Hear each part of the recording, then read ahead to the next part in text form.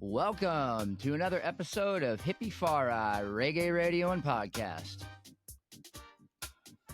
I'm your host, Scotty the High-Strung Hippie. And if you want a free Hippie-Fari podcast t-shirt, just follow our YouTube channel at Hippie-Fari and download any podcast. Send a screenshot of your follow and your download to hippie-fari@yahoo.com. That's just hippie-fari@yahoo.com. And I'll pick a name at random. And if I pick your name, you win a t-shirt. It's a pretty dope shirt, too. Now, we have an awesome guest in the Ohm and Honey Reggae Radio and Media Studios in beautiful Daytona Beach, Florida tonight. She's a Central Florida local with the tenacity of a bulldog. She's been around and seen it all, from booking to touring to management. She does it all. So let's go ahead and welcome to the show, Brittany Dixon. Say hello, Brittany. Hey, thanks for having me. Absolutely, 100%. Thank you so much for joining us on the show. How you doing tonight? Pretty good. My little one went to bed fairly easy tonight, so. That's awesome. Yeah, you're like, mommy's got work to do. Oh, yeah. He knows that I work pretty much 24/7.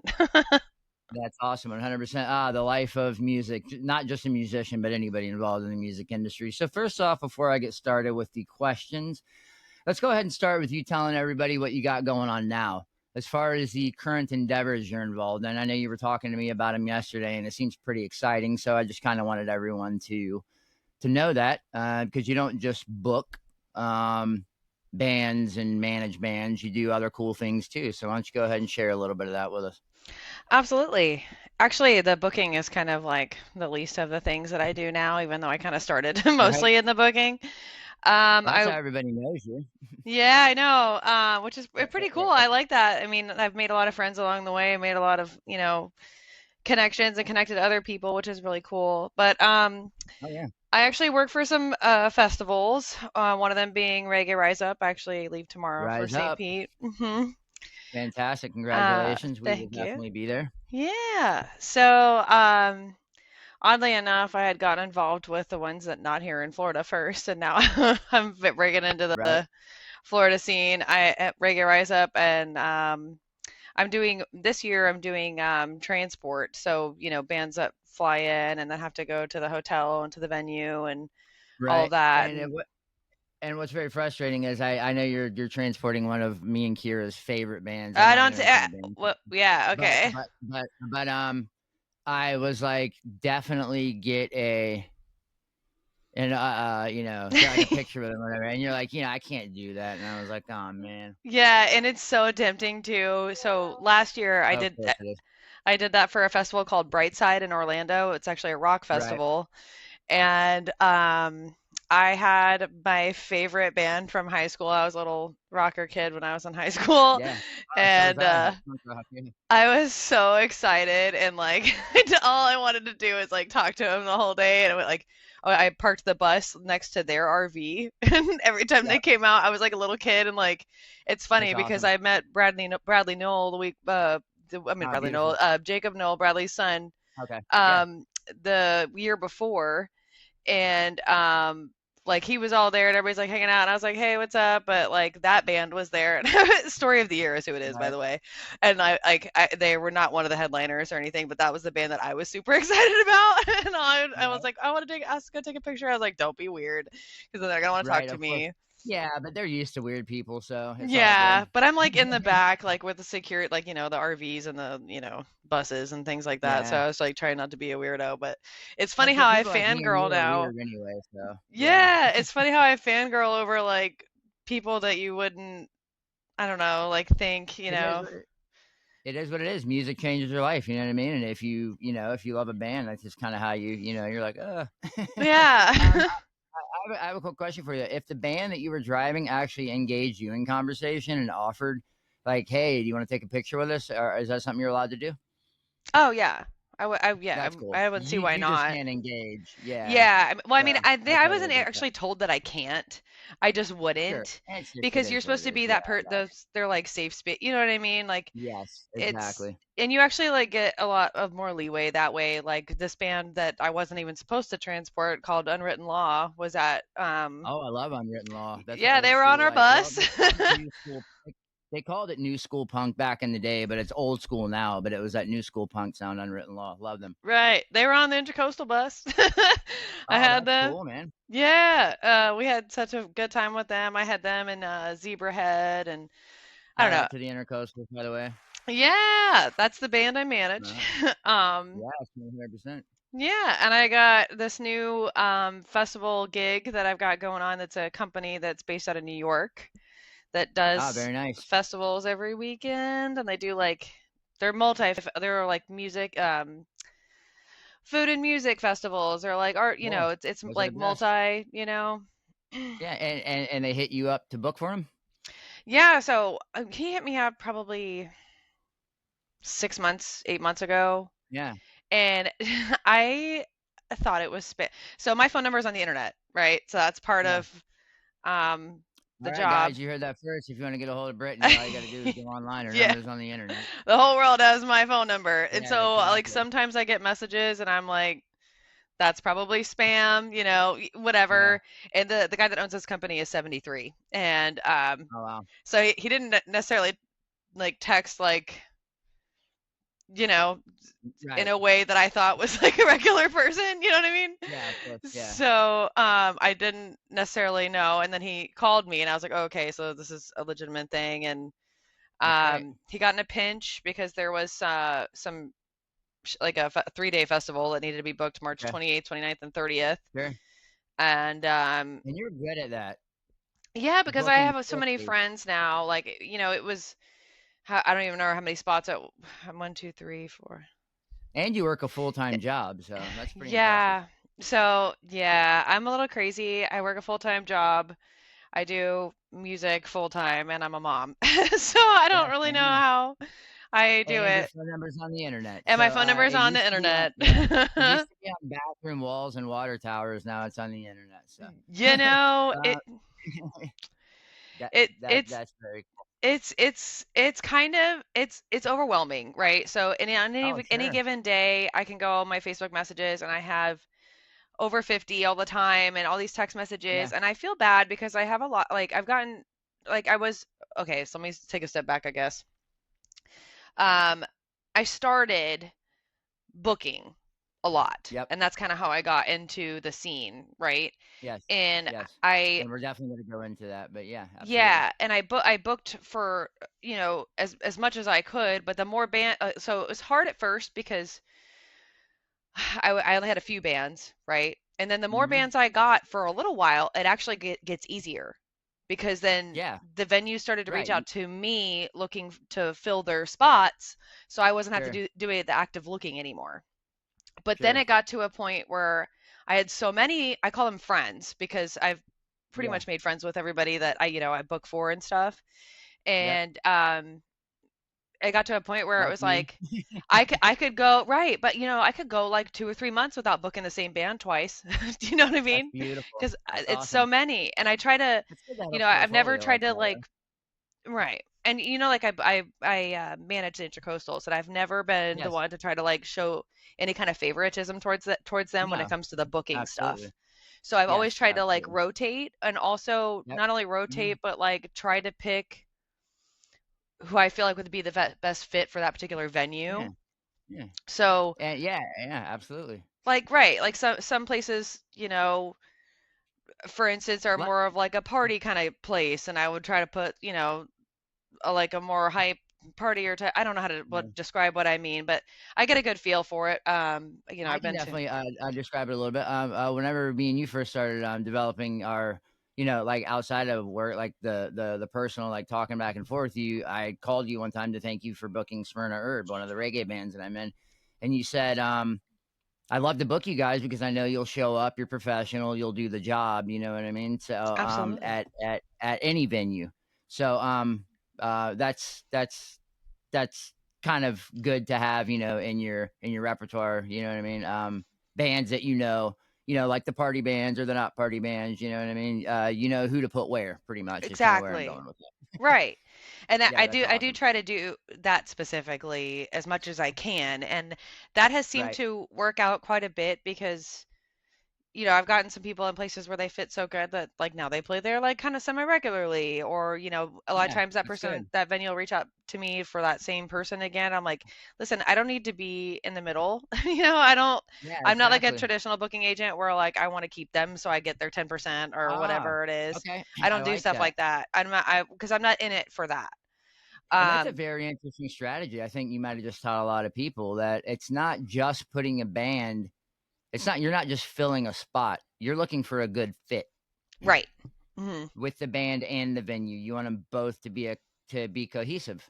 You're not going to put Exactly. a death metal band at a jazz venue, but That's that's but that's yeah, it though, because that's how that's I've built awesome. my own reputation, right? So these venues know Sure, that they can, I mean, trust you. I got a job with this festival company because somebody told him, you know, she has always sent the right people to me, or I Yeah, got, I got good recommendations through word of mouth, and that's amazing. All the way in New York. yeah, right. Isn't that crazy? Hey, man. Well, you Uh, never know. Next year, you might be getting a text from an Asian, or like a Japanese company. Yeah, yeah, you it's could be insane. going international. Yeah. Oh my God. That's It's very just. cool. So, how did you first get involved in band management and booking? Now this is obviously Hippie-Fari Reggae Radio, but I Mhm, know you also do rock bands too. So we're gonna mhm, throw that in the mix. mhm. And I know that from speaking with you, there's a difference in booking reggae and rock bands, which is a lot of people think, oh, you're just booking a band, you're booking a band. But you already brought up one difference is pairing the right band with the right venue. Mhm. So, how did you get involved in the band management and booking in reggae and rock as well? Um, okay, so the simplest terms I would say when it comes to sorry, my phone's going off because it always does 24/7. Oh, I'm there you gonna put go. that on silent. It'd be weird if it didn't. Right? I'd be like something's wrong. It's Um probably that international person we were talking about wanting you to book some yeah, I just festival said my over phone in. number's on the Yeah, internet. yeah, exactly. So when I was young, I actually was, super into music myself, and like my dream was to be a singer one day, and Nice. life didn't take me that way. I had both of my eardrums have been busted. I have multiple ear surgeries, can't hear as well. Nice.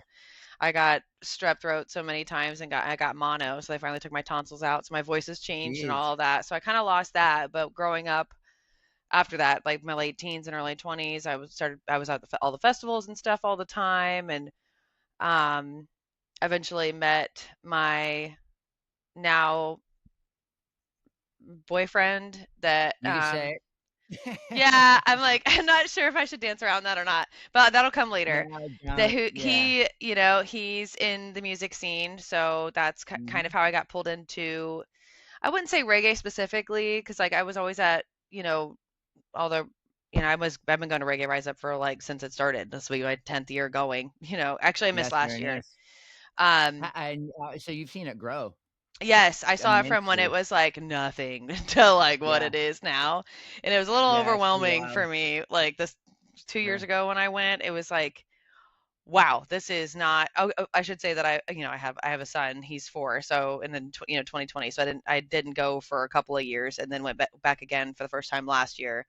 And the sea of people was like not what I Do was you expecting at all. Do you prefer it more as when it started, like because I'm a hippie. Obviously, it's in the name of the show. I like Mm. the underground camping, kind of Ooh. like that kind of stuff where it's a little bit Hmm. smaller, a hell of a lot more intimate. So, do you like Rise Up when it like how it first started, or do you like it how it is now with just like tons of vendors and art expos and just all sorts of stuff with thousands of people? I can't really say because I haven't really experienced what it's like to be in the crowd really anymore. Yeah, right. You know, I like I'm behind this, you know, I'm backstage and stuff. Like I walked Yeah, out one time and I kind of got a little overwhelmed because it was so many people so that many people. Yeah, I I get overwhelmed yeah. But I actually as I a went to just a a really regular. cool festival like years and years ago, and this was my favorite festival I Mhm. ever went to. I should find the videos because you'd love it. It was called Irie Vibes.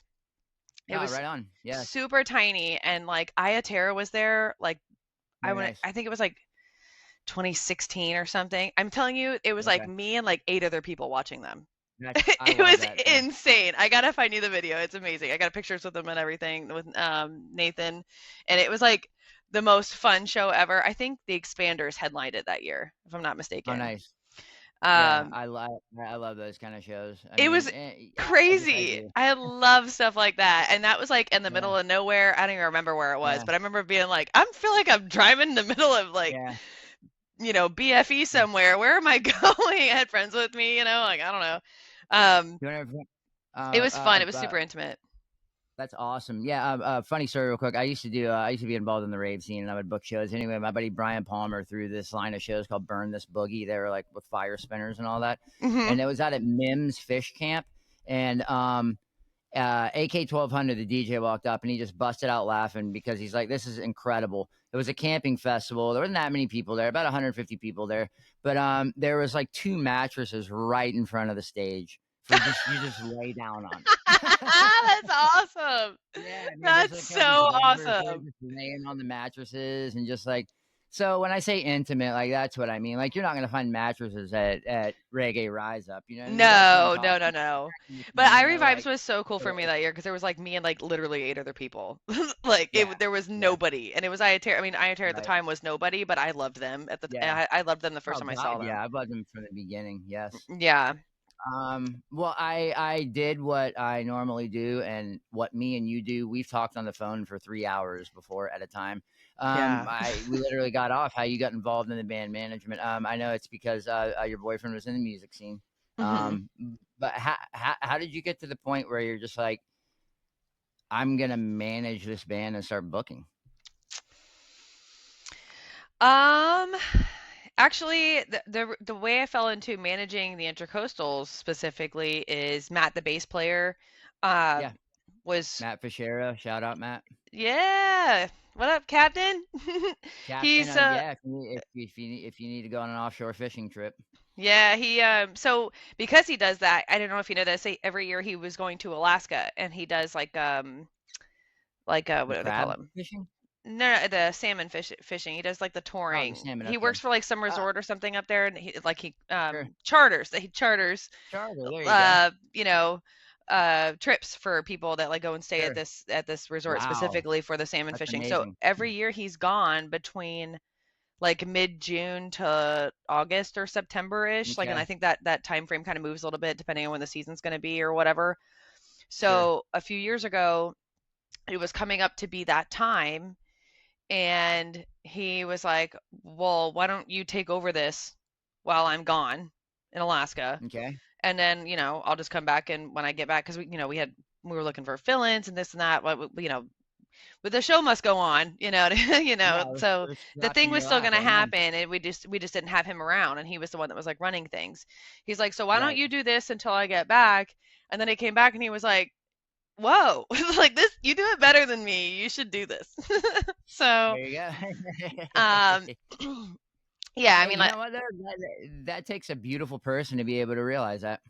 You're it better. You're. does. And I should mention, though, like Matt and I are pretty close. That's I'd great. say, like he's one of my best friends.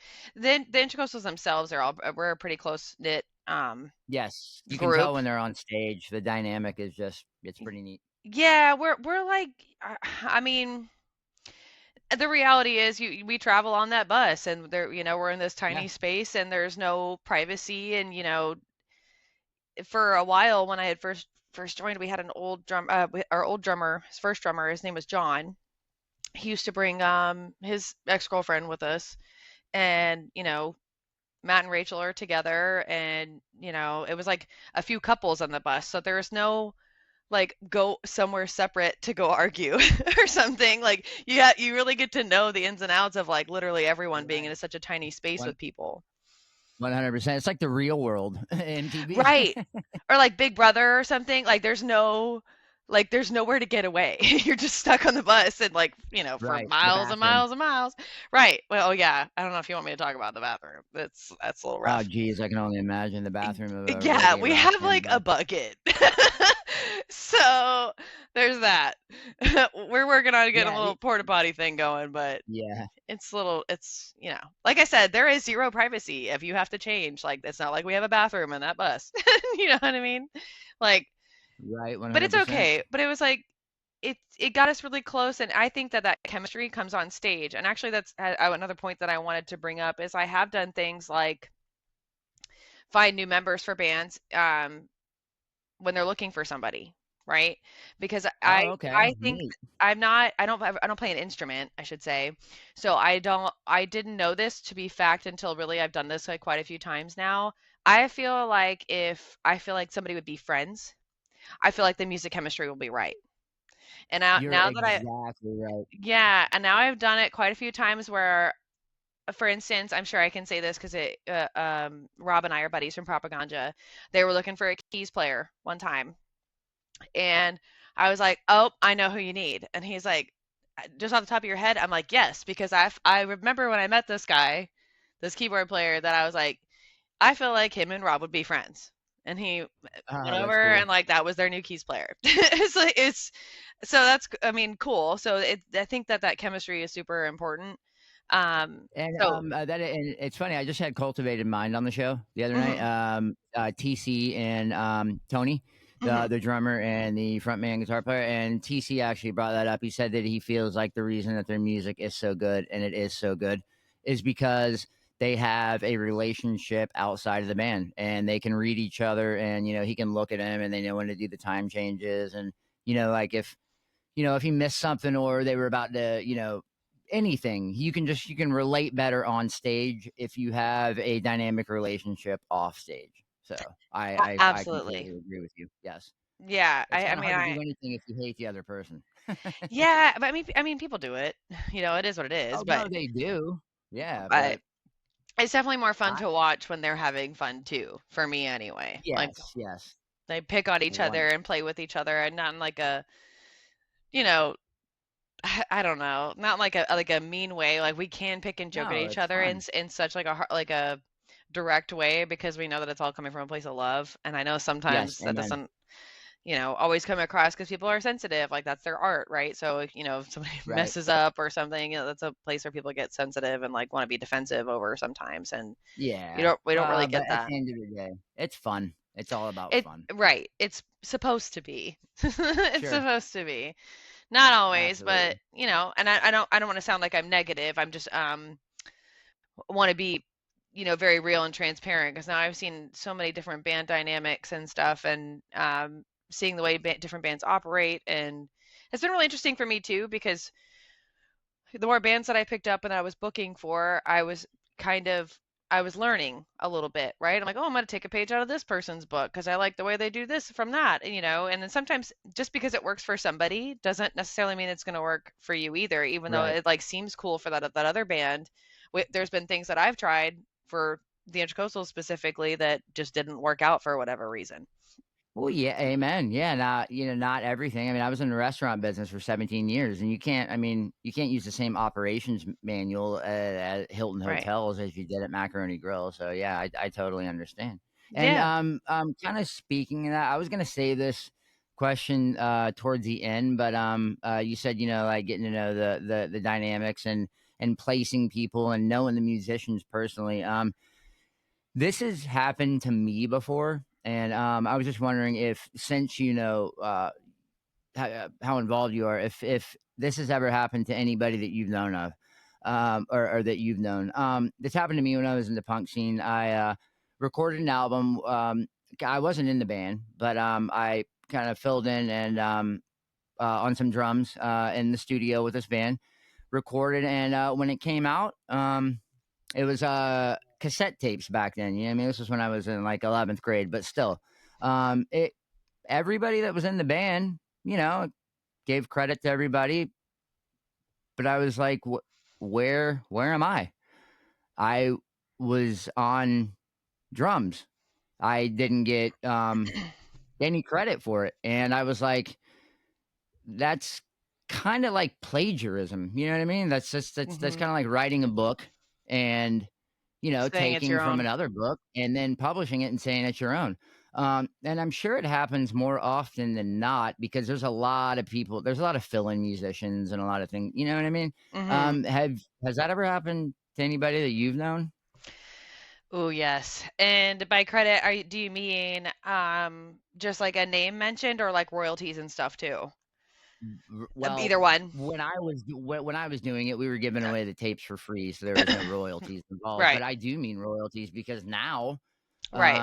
the music would be on Spotify. And granted, you're only getting pennies per download, but still, you know what I mean? Those are my pennies. It's still when your name is when you register an ASCAP and you're registering as these songs that you recorded, it's building up You're your putting people in resume. as artists. Right. Amen. And you're Those getting are the your artist those are page on Spotify and all that. right.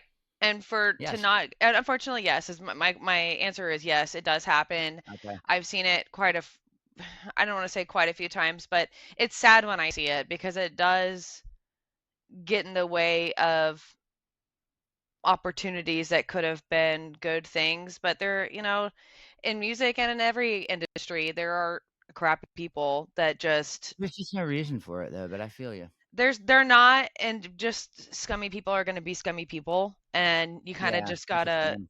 um Deal with it. you deal with it. And okay, so I look at that one of two ways, and this could be just the business side of me thinking, unfortunately, sometimes people that are scummy people get their way to the top from, Right. can I curse on this or no? Yeah, go for it. Okay, for like shitting on other people, right? That's just, Right.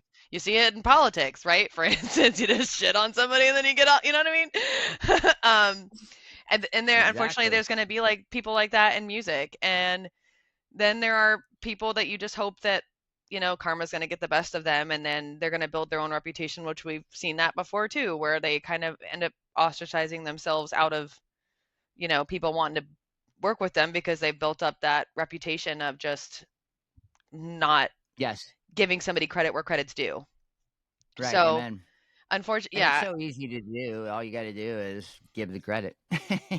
You know I what mean, I mean? even It's the even very if you easiest don't, thing you can do.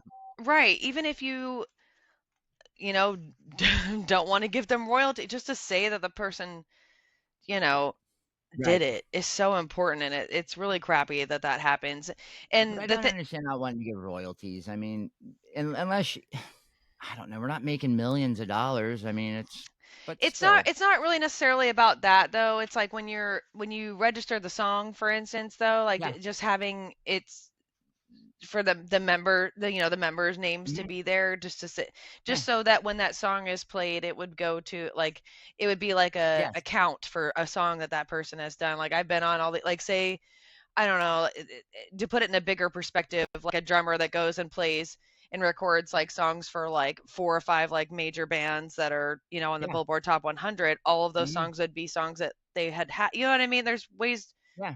that it's recorded Yeah. on the other side, that it's Yeah. And it important. goes on like your artist spot, your Spotify artist page too. Like Yeah, it's if I filled in on percussion as Scotty Zion, it would have that, but then that song would go under because I'm on that song. It would go under my, on my. So yes. Anyway, it should be done, but it just something that I thought of when I was talking to you yesterday, and I was like, I wonder if she has ever encountered that, and I'm sure you had. So that's kind of frustrating, but oh, I have people you know, asking me where the podcast is. I'm like, it's recorded. I'll let you know. right, Yeah, right. that's pretty Oh, cool though. amen. I got some people that want to listen already. Oh, that's great. Oh, you know what we could have done? I wish I would have known that. I could have invited them to listen in live as guests in this Oh cool Riverside man. software that I have. I can have a studio audience of up to 20 people, and I Oh can chat back and man. forth with them, and they can ask questions, and yeah, Oh, that would and have they could been even so call in. There's a cool. button where they can call in, and I can hit it, and they can come on and ask you a live question if they wanted to. So, Oh darn. oh, That's so you've okay. already told I'm sure people I'll that be you were doing back. the. I can talk Oh, your you ear will. off. Yeah. Well, like I said, we've talked for hours on the phone, and we do, just, I'm sure the studio audience or the audience doesn't care about this, but I drive for a living, and Brittany, I guess, works remotely from home. So there's sometimes I'll catch her, and we'll talk for an All hour and a day. half, just like in the middle of the day about nothing. You know what I mean? So it's pretty awesome. But Hmm. what drew you? Well, actually, I know what drew you into working with the bands. You already said the relationship that you got in.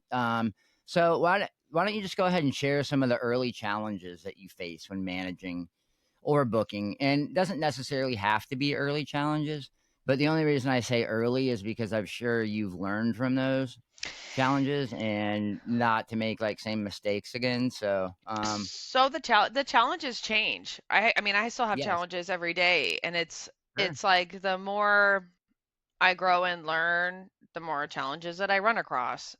of course. I mean, I have a, let me see. The universe is a funny way, I isn't wrote it? down notes from the last meeting that we were in. Okay, so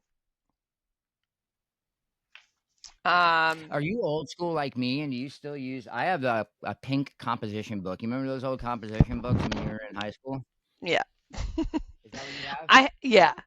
I can't do everything like with notes on my phone because for one thing it takes too long to type out. Sometimes I can just write way faster. Right. Um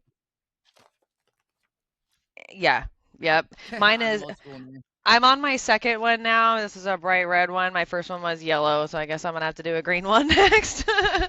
I'm old school. I'm um I'm on the whole pink thing. But yeah, like I okay. still love to write stuff down, so yeah, can So do. I would say that my early challenges were building the reputations up with the venues, Okay. um, learning them, and also, okay, a big part of my job is having to seriously know what drama is between certain bands, right?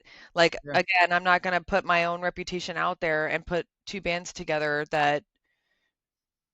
like, Hell no, they're gonna fight each that, other. Sure. right? I can't have that, right? So, No. a challenge in the beginning specifically was probably learning all of that and Okay. retaining it because you remember I'm like just meeting these people and Yeah. having to remember, oh, this person, and okay, like some of them have names like Paul, Tyler, Matt, Sean, like all these basic names, and I'm like, Yeah. It's good. I don't know, Rob, whatever. Yeah. Like I'm like, Yeah. how do I All supposed to one remember who syllable doesn't like names. Yeah. who? Right. Yeah. Well, hey, Um, Matt doesn't like Matt. You're like, wait, what? Right, right. I mean, seriously though, Yeah, there's that's funny. yeah, I have one of those that I'm like, always, which Yeah, one is yeah. it? Same name. That's funny. Right.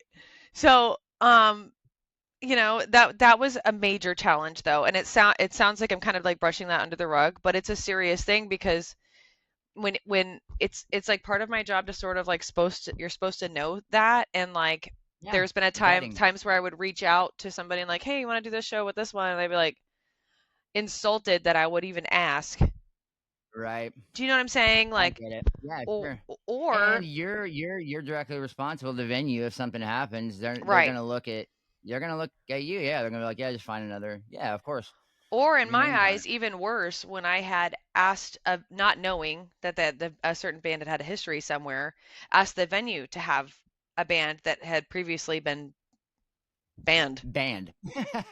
Right. It sounds like Clean weird sentence to banned. put together. Yeah, But like, the you know, band. not able to play there again. And then that always made Correct. me really upset because I'm like, that is making me look Right. bad and could potentially get in the Sure. way of all these other bands that I work with because now that Because person's yeah. not going to want to reach out to me because I didn't know the thing. Right. So Exactly. maintaining all these relationships, it's actually a really good point to bring up because a lot of this is maintaining a lot of relationships, right? I have to, Amen. if the venue, you know, say, you know, okay, there's a guy, I'm sure everybody like knows this in the casino, Jason. He had Mavericks 321 and Hmm. um, whatever that other place was called, I forgot.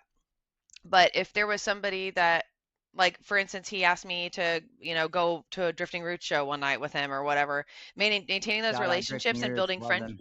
right? Me too. I love them too. But like maintaining those friendships, those are like it's not that it's time consuming because I love it, but I have to keep that line of communication open from the venues too because new things happen too all the time. Of Like course. the last time I may have talked to somebody, they were totally fine having somebody, or because of some unforeseen circumstances, like when Jason went to go work for the other place, maybe the owner of that place didn't like somebody that he previously had at Mavericks 321, for Right. instance. You know what I'm saying? Like Yes. there's uh, keeping those lines of communication open is super important, but it's also super Amen. time consuming and very hard because at the same time I'm trying to maintain the relationships with the venues. I also have to keep Right. talking to my bands too, you know, Right. like I'm still here, I promise, you know. Um, And speaking and of something that you just mentioned for the people that are listening, I know they definitely have a national presence, but if you've never heard of them, go over to your favorite streaming platform and check out Drifting Roots. They are incredible Florida reggae music. Definitely worth the listen. And ZE-ION, Zion, Joey, the bass player, has his own side project. Straight, beautiful, conscious reggae music. All right. Just had to give that shout out. yeah, absolutely, we love them. Um, Fantastic. yeah, that they're I'm so happy for them. Actually, you know the intercoastal. I bought their old drum kit. The intercoastals use Oh, nice. the white drum kit we have now is the old Drifting Roots drum kit. Oh, that's killer. Yeah, we love it. Beautiful. Um, So, so those are some of the challenges that you definitely face when you talk about the the old pairing, and ones. it's some Yeah. yes, but something that but you had also mentioned before that that's a talent that you have, which is knowing where to place who, Mhm. which is Yeah, very awesome. for sure. And Um, that's gotten way better with time. It's just now of I've course. moved into new issues. You know, like it's always Well, right. Oh yeah, yeah. It's I'm sure issues are ever evolving. oh yeah, new ones come um, up all the time. well, this might help us delve into some of them. What are the key responsibilities of a band manager versus a booking agent? I Okay. know there are a lot of people that are both, like you, but there's Mhm. got to be different responsibilities. You can't just like, oh, this Oh is all yeah. one thing. Yeah, I mean, it's got to be like it's like two different jobs essentially. It's two totally different jobs to be honest. Okay. Um, a booking agent really just I mean, for what it is, book shows. I mean, Okay. they book, right? Yeah. Now, there's different kinds of management as well, right? So that you can have Right. like a tour manager. I just use the term band manager as a blanket term for Yeah. what I do for the Intracoastals because I do so Uh huh. much. Right. I do everything from their merch to their taxes, you know. Yeah. Um, Amen. I, you know, set up practices, purchase equipment when needed. Um, That's why it's hard to talk to Brittany at a show because she's either running their merch table, she's taking always pictures doing and videos. something. So it's not like, you get 2 seconds, "Hey, how you doing?" It's like, "Hey, bye." You know, the last time, the Yeah. last show I saw, I rarely get to see Shannon. Shout out to One Love Fam Jams. Yeah, shout out to One Love Fam Jam, Shannon Davison. Head over to your favorite streaming platform, One Love Fam Jams. Great Florida, not just Florida, but just great acoustic reggae music. So check out One Love Fam Jams. They are not a band; they are the label and the production outfit that produces the music and gets it out for the world to hear. So Hmm. shout out to Dana Tucci and Shannon Davison of One Love Fam Jams. Absolutely. She came to the last show we had at Beachside, and I had like a big gimbal and a camera, and I was like taking Right. videos and stuff. And she's like, "Hi," and I'm like, "Hi," and my arms are so Yeah. sore. Like I want to talk and hang out, but I'm like, I'm always doing something, and like, a Yep. couple of people came up and they're like, "Wow, you're just like a jack of all trades, aren't you?" And I'm like, "I Yeah. guess, never done that Absolutely. before in my life, but here we are." Yeah. um, 100%. you gotta be really flexible, and I am that. This probably translates a little bit. So, if you don't know, I work in the medical field, and I used to work in the Yes. operating room for years before I do what I do now. So, being in the OR is like the most high pressure of high pressure jobs to have. I feel You are like. a nurse. No. So there's like um it's how do, like when there's people in the operating room like helping, when surgery Oh, stuff's okay. going on, like I did that kind of Sure. stuff. Um Okay. so that's like the most high pressure of high pressure. So it seems like that I've taken those skills that I learned to like be able to, if you either seen somebody do it once, you just got to figure it out. You know what I mean? So, Yeah, sure.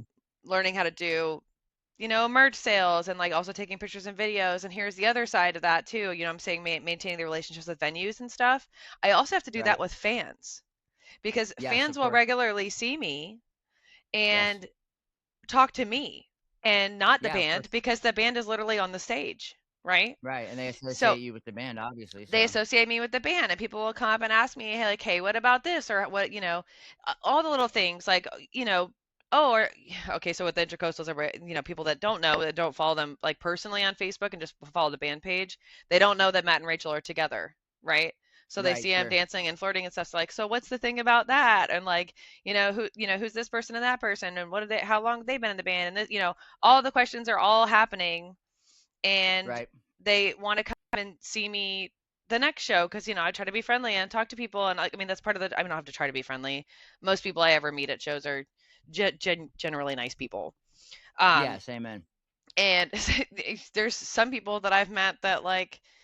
I go to a show now, and then there are people like, "Hey, Brittany," and then the band will look at me like, "Are they here to see Yeah. us or you?" You know what I mean? Right, exactly. But it's because they get to talk. They have gotten to Yeah, know you guys through me because they love your yeah. music, but they're like, asking me the You're questions, the you know. you're the yeah, you're the off stage, you're the face of the band in the crowd. 100%. Yeah. That also kind of gets a little bit overwhelming though too because for a while, especially when I first started, I would remember like what city we were going to go to because we have certain fans that like love us in certain areas, and I would remember, but now there's too many people now that I can't keep up, and I get so upset with myself when I get there and I'm like, oh, I should have hit up this person, but I can't think of their name. You know what I mean? Right. Um, like, I mean, especially places that we don't play all that often. Like, we do go to the Sure. Keys like 3 or 4 times a year, and Beautiful. we actually recorded our album down in the Keys, which was also a fun subject that we could get into too, because I had What's the never. name of the album? The Um, the latest Intercoastals album? yeah, it's Is not that the one released you're yet. Oh, okay, cool. Well, Yeah. shout out to the Intercoast for the new album. Yay, alright. Yay! Yeah, I love to use my, clap track if you haven't heard, by the way. I love But, that. I love that stuff. It's the best. that's um, awesome. Uh, we love the Keys, though, so I go love the ahead, that's Keys very cool. so much. Yes, absolutely. We but there was like a couple people down there that like I would I have some people's phone numbers and stuff, and there was one girl in particular, and I could the last time I was like, oh my gosh, I cannot remember her name for the life of me, but then I saw Right. her and I was like, oh my gosh, yeah, you saw it, because I can't remember. And the other thing is I drive the bus. You say you drive for a living. That was something that I thought Yes. about. Fun fact about me, I get super car sick. So I get to Oh, drive the no. bus like 99% of the time because otherwise I'll puke. Right. I So yeah, that's and it's fun. funny, I don't know if it has to be with a woman, but I drive for a living, but, I do not drive outside of work, rarely. Every time we go anywhere, my wife drives. Every time. You So, know, I'm I'm I'm I'm pretty proud totally of cool with myself. sitting back and letting the, letting the wife drive, or actually letting anybody drive other than me, so that's that Listen, would've worked out well. I am so good at driving that bus. I can parallel park it. I've seen it parallel parked before, that's a beast. I would not feel I can comfortable I can parking the bus. parallel park that bus and like tightly because I mean I've driven it from what we had 2 weekends in a row about a year and a half ago. We went the weekend before we went from Key West and then Okay, back up, and then the next weekend we drove all the way up to Virginia Beach and back, and I did all of that. very nice. So Oh, basically cool. from New Smyrna to Key West all the way up to Virginia Yep. Beach and then back. I did all of that. Like I have some serious miles on that bus. Lots of coffee. Lots of coffee. Yeah, well, that's the other thing too is that that I feel bad about sometimes is sometimes after the shows Mhm. I'm just done. I'm fried because I had Yeah, hell driven yeah. there, you know, Yep. done the show, and then remember I have to be social butterfly as the show's happening, Yeah. also taking Uh-huh. pictures and videos, and then having to break down the Smelling merch words. table and then load it back up. Yep. So by the time the show is done, I'm done, and they get that post show like adrenaline rush. You know what I Yeah, mean? let's Like go to the you're like Kava bar or hyped, and I'm whatever, like, yeah. I'm sorry, Uh-huh. dudes, I'm out. Like I gotta go to bed now. I can't. Yep. I'm fried, and I Yep. feel like I'm like less social with them sometimes, and they're the people that like I'm technically like working for, but Right. they see it. Well, 100%. And that, well, driving, I mean, like I said, I do it for a living. People, oh, you just drive for a living. I get to drive around listening to reggae music all day. It's a beautiful thing. But at the end of the day, I'm tired. Hmm. I mean, you're constantly thinking the whole time you're in traffic, one of the most dangerous places to be in the world. So, Right. yeah, especially driving a bus like that. Yeah. Yeah, it's definitely, and being the manager and doing the booking, and I'm sure you've got a million things running through your head while you're driving. So, Oh yeah. if you're, Yeah. yeah, I and if you're had like me, you're pulling out your notebook and you're writing. I do that. I I yell have it out. in I'm here. like, "Hey, write this down. I got to Yeah, remember to cool. do this," or "Hey, call Paul. Do this, Yeah, Bob." exactly. Like, and they'll take it down for me because I can't. And the thing is too, Yep. I don't know if you know, the bus is like really loud in the front. Like the front cab Okay. area is like loud. Sure. It just is. Right. And like you can't, like, with the way the sound of the bus is, you can't hear anything that's going on back there either. So you get Right. lost in your, like, the sound of the road. So you're just like stuck in your own thoughts. So then I'll Yeah. think, oh, I got to do this, or oh, I got to do that. And all of a sudden I'm like, Yeah. blah, blah. And they're like, we're hanging out and partying back here. And you're just like, Right. work. Exactly. You know what I mean? I had no Um, idea. Very cool. My wife's father was a tour bus driver. He drove the Red Hot Chili Peppers. He drove Adam Sandler. He drove Seal. that's dope. Um, oh, he drove Corn. Who else? How about that was I wish fun? he was here right now to tell me, but a lot, and I mean a lot of very, very high profile. And I had and the reason that I brought this up is because you said they're sitting in the back partying. I said, so what do you do if you get pulled over and there's an ounce of cocaine, you know what I mean, on the bus? And he said there is a curtain between the driver and the band, the people on the bus, you know what I mean? Between the front driving cab. He goes, what goes on behind that curtain, I am not legally responsible for. Um, Now I'm sure that's something like, for professional, tour bus drivers. But Hmm. I thought that was very interesting because I was like, these bands are partying, you know what I'm saying? Like straight up. And Well, I was like, are you going to get in trouble for that? He's like, nope, not me. And I was like, that's pretty wild, man.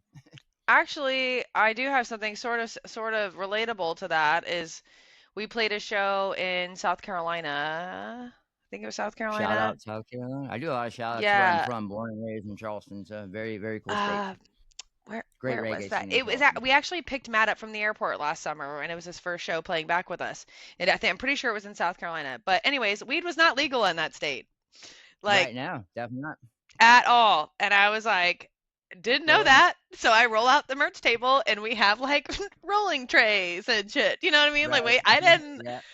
Like, it wasn't a thought that even occurred to me. This is Of something that a course tour not. manager would be responsible for, to like know what the laws Right. are for the states and stuff. But these Yeah. something you learn every day. This is a good example of something Yeah. actually to bring up too for that. Um, I didn't know, and I was like, man, I've been driving this bus the whole time. Like, I can't afford to get Right. Oh, arrested. By the way, I yeah. can't smoke because of working in the medical field. Right. So I it would be don't. I so just like where it stupid if makes I me ever got feel. caught with it, Wouldn't that be funny? right, Yeah. because, Yeah. like, I'd lose my job over it, so I can't. Yeah. And Um, then you're gonna tell people, well, it wasn't mine. right. Yeah. And I'm driving the That. bus, right?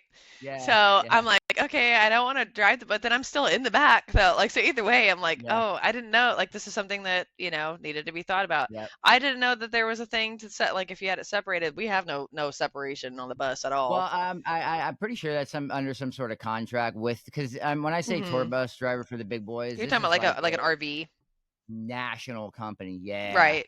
like massive tour bus that takes them from from Alaska all the way to I was gonna say Hawaii, but you need a pretty interesting bus to drive to Hawaii, Yeah, right. all the way down to the tip of Florida. So, but yeah, I know that that's something that's worked out with Hmm. local legal. However that crap works out. I'm sure just for a regular tour bus like the Intercoastal, that's not the case. But No, no, no, no. But I mean, we did have, well, let's be real, we're a reggae band. We definitely had weed on the bus, so we were in South Carolina, and oh, we can't sure, have weed there. So, right, oops. We didn't get pulled over though or anything, thank goodness, because they Right. are notorious for writing all the tickets. 100%. And I'm from South South Carolina's Carolina, rough. so I've gotten my own yes. personal ticket, my own car in South Carolina before. Yeah. I made sure that I was going the dang speed. Well, let's be Yep. real, the bus can't really go over 65. Right. So Right. Right. it's not like it could speed all that much anyways, but they did have some That's construction fine. going on one of the highways, so it went down to like 2 lanes for a little bit. So Right. anyway, um yeah, so I mean, there's that, and like it was something that I thought about honestly because I did the transport for Brightside last year, and that's a Yes. it was a rock festival, and Yeah. it, like certain genres I'm sure obviously you're are known fine for doing different. that too. Yep. Right, so I'm Yes. like, oh, I Of don't course. know what I don't know what I'm getting myself Yep. into, but it is what it is. Now, now, Um, now. Speaking of Brightside, that's a festival, right? yes, so Um. it's at Okay. the fairgrounds in Orlando. Um, Yes. I'll actually look it up for you. Who was here? It was Sublime 311. See, there is a lot like crossover, right? So, Right. Brightside Music.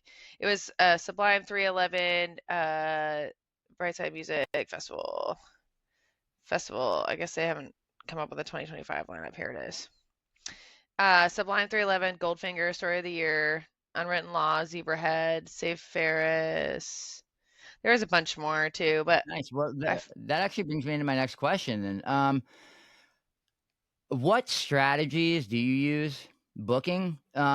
Especially like at the high profile, like the company out of New York that you just got hired on with. What strategies do you use to secure gigs, especially at the high profile venues or festivals, to make sure that they are secure, not just yeah, we want them to play. All right, they're gonna play, and you hear nothing. I mean, and No, I don't know if you're for stuff familiar like that, we need with contracts, secret. something in writing. Yes, okay, Yeah. 100%. Yeah. Um, Um, do you have any kind of secrets maybe that you do to secure? Like, it's I I'm this good at this, so I'm almost gonna be able to guarantee us a spot.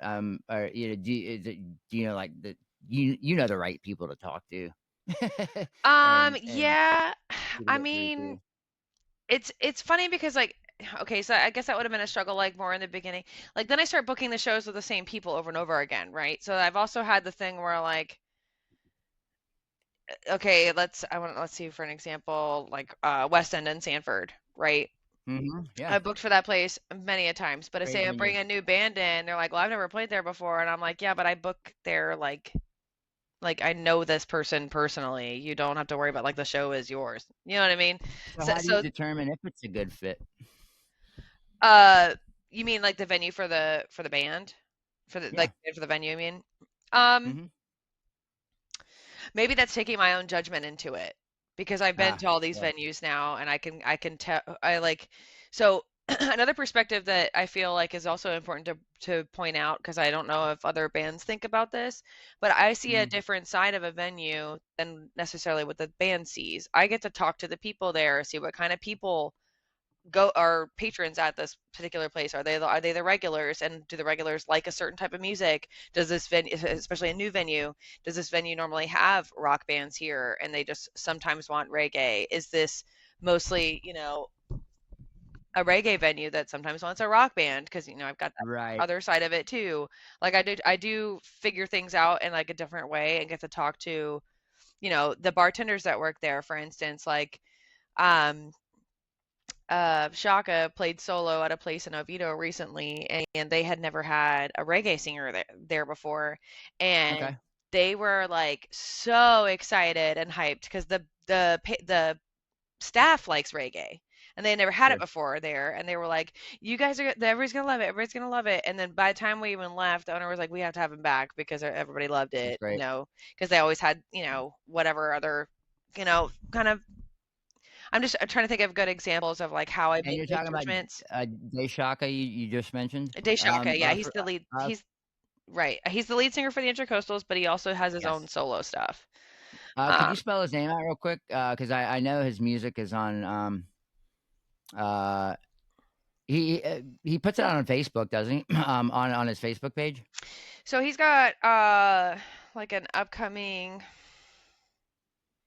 festival coming up That's in April 11th with Paul Caldy with Reggae Nights. DEYSHAKA. Very awesome. DEY, Yes, yeah, Reggae SHAK. Nights. Absolutely. Mm-hmm. That one's going Yeah. to be in Venice. I'm super I excited just for wanted him the for people that. listening to be able to check him out if they had the opportunity. He's pretty awesome. It's very good. Yeah, I love his music with the intercoastals, and his solo stuff is very. It's just it has that Two roots reggae vibe. It's totally very different good. kinds of music, though. Completely, Just to make it very completely. clear, two totally different. You know, intercoastals are definitely. I Beach rock. like beach rock and Yeah, um yeah, but it's jazzy too. Like, yeah. yeah. So I like to describe the intercoastal. Have you ever seen the movie The Breakfast Club? You're older, so you've seen it, I'm Are sure. you kidding me? Yeah. So I you'd be can recite the surprised entire movie. because we have some youngins in our band and they had never seen that movie before. I describe the intercoastals, especially what they are now, because we're getting new and more members. I don't know if you've seen the intercoastals recently. They went from like a 4-piece to like they're just Right. insanely big now. So anyway, they always I always describe to them, they don't see it in the same way I do, as like they're kind of like the Breakfast Club, right? Like, Matt's that um Judd Nelson. grunge 90s rock kind of thing. Yeah, Rachel's Judd brings Nelson. this like jazz-ish kind of feel to it with the Yep. sax, Yep. and Mm-hmm. G on keys brought this like classical feel to it. Shaka's like that Sure. surfer like reggae kind of dude. Yep. Harley was like very punk rock, you know background. So like all these, they all have like a different like thing that they bring to it, but Sure. that's a cool thing, right? Because that's Oh, 100%. so you don't sound the same of like anybody else, really. Yes. Um, Amen.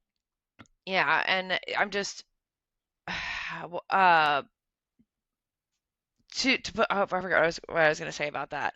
The Breakfast Club thing. Oh, so there's so many different influences in that the Intracoastals that it's like if I had to like it's like 1/8 Shaka.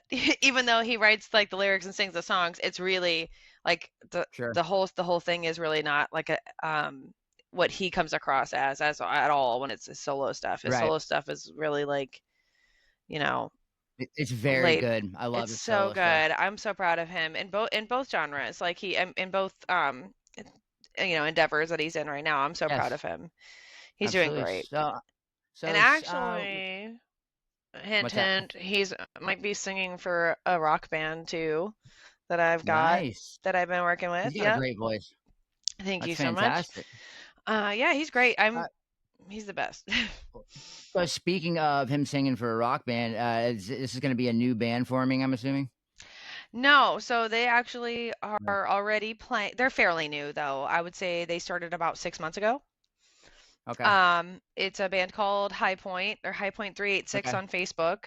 Actually, it Yes. was the band that if you know Matt Fischerow from the Intercoastals, he was playing bass in that band. Right. Okay. I think Matt is officially no longer. He only went in to like kind of start it up until they found a more permanent bass player. His intention was to Okay. never do that full time, and I don't think Right. Shaka's is either. I think it was more of like studio recording and like kind of starting the thing up and Sure. doing all of that. Yeah. I should say this.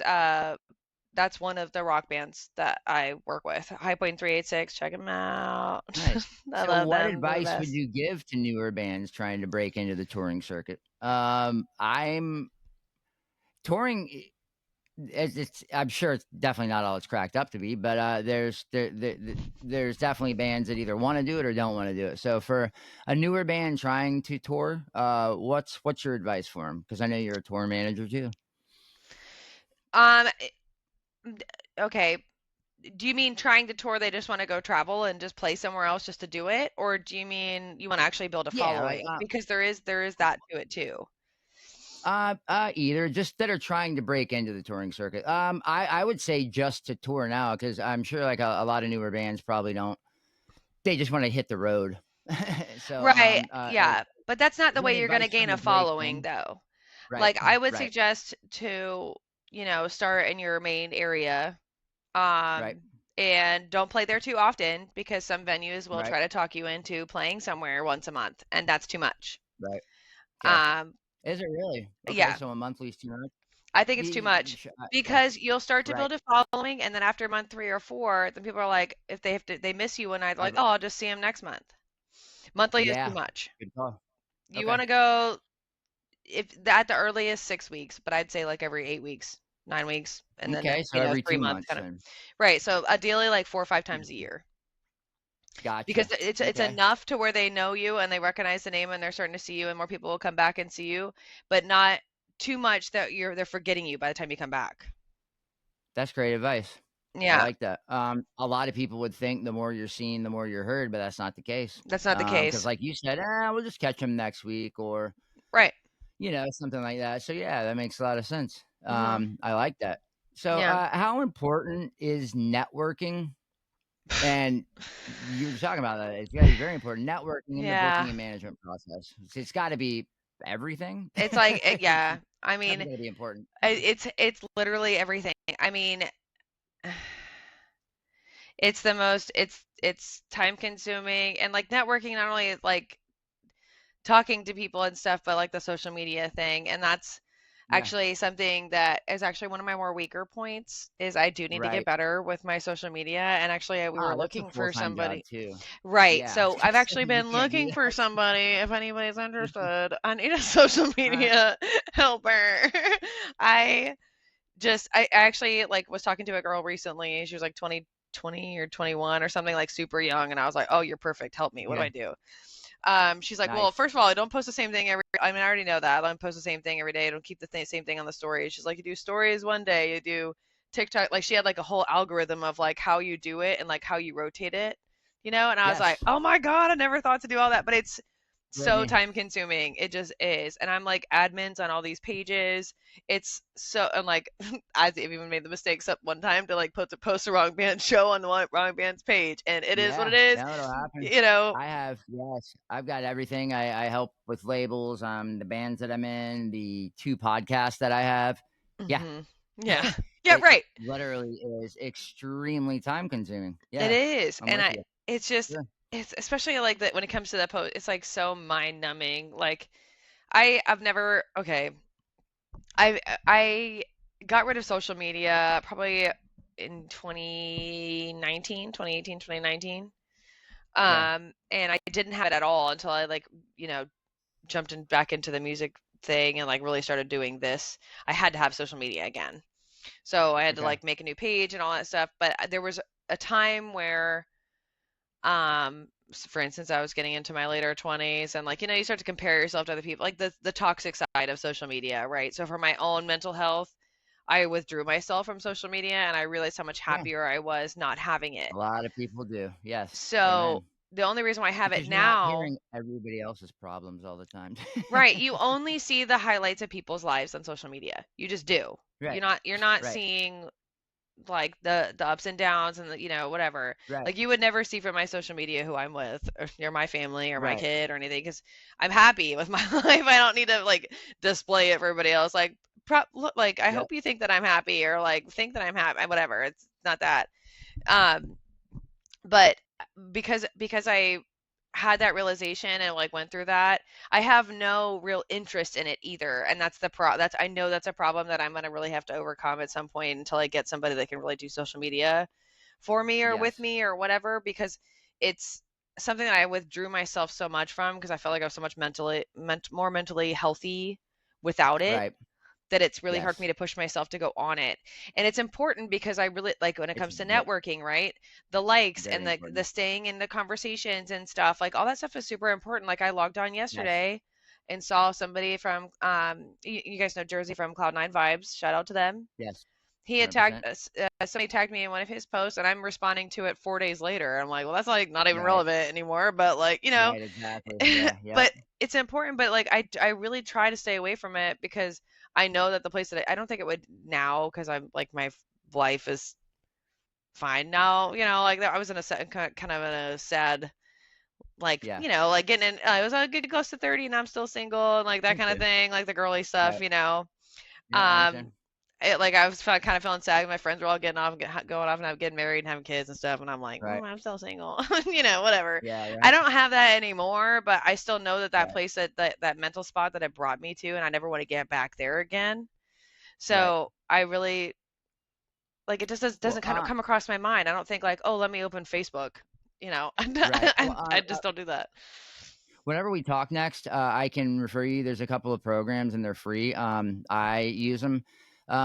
You post. You can make one post, and it'll post on Facebook. It'll post on Instagram. It'll post on TikTok. It'll post on X. The one post will post. Like CapCut, for example, if you make a reel for the Intercoastals, it'll post it on every single one of their social media platforms. You know what I mean? So one post takes care of all of it. So you're not having to go to each one, that kind of thing. So it limits Yeah. your time, but still, you're having to keep up with. You have to go to Instagram, look at the comments. You got to go to Facebook, look at the comments. You got to go to X to look at the comments. You know what I mean? And then you're back and forth trying, like that. Yeah, that kind of thing. Well, It's even a having full-time the job. things linked is so much easier too, like the meta platforms like Facebook and Instagram Yes. and all of that. Mhm. The problem that I have with the band that I manage, the Intercoastals, um, their Facebook and their Instagram isn't linked because Mm. their old Instagram got hacked or something, and now it's like gone. It's in the abyss somewhere. So they had to start a new Okay. Instagram. So now I don't even know what, email that's on. Like, because, okay, I should mention the band has changed so much. The Intercoastals have, Right. like, the members and all that have changed. And, now we're going to get into a place where it feels more solid and it's going to be okay now. But, you know, in the crosshairs of people coming and going and this and that, and whoever was in control of it somehow that stuff got lost. So now I've learned with this new band, High Point, for instance, I've known them since the beginning of when they're starting their band. So I knew these things going into it. Listen, make sure that your Facebook and your Instagram is linked. So the programs like Yes. that, it seems like, would be easier to make them all do the thing. Um, TikTok, Instagram, like you want all them to have the same, like, be congruent or whatever. And unfortunately, the intercoastals are not. So I'm wondering if that program would still work Right. because And they aren't speaking of linked. the Intercoastals, you've brought them up probably 30 times, and so have I, because it's the band you manage. So Hmm. this is my favorite song by them. And when I was at Reggae at the Rock, I actually screamed out the name of the song, and Rachel was like, "Seems like we got a request. Do you mind if I just play like a little bit of it for the people to hear? Yeah, Sure. What is it? especially for the people that bad trip." Oh yeah. Oh, you should have seen it at Guanabana's. Our old drummer came back to play it. It was awesome I for love it. Bag of I love it. Donuts Yeah, Fest last year. I'm gonna play Okay, I'm gonna mute my a mic so little you can clip of play that. it. All right, here we go. This is Bad Trip by the Intercoastals.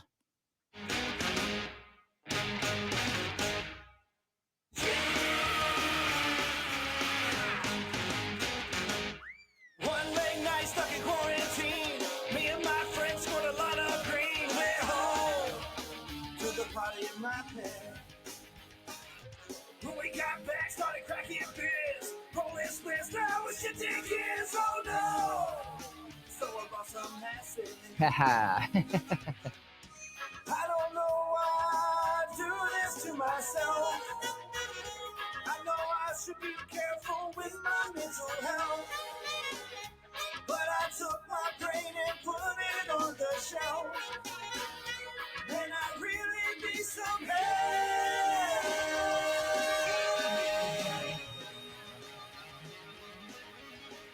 'Cause I don't know why I had to eat that acid.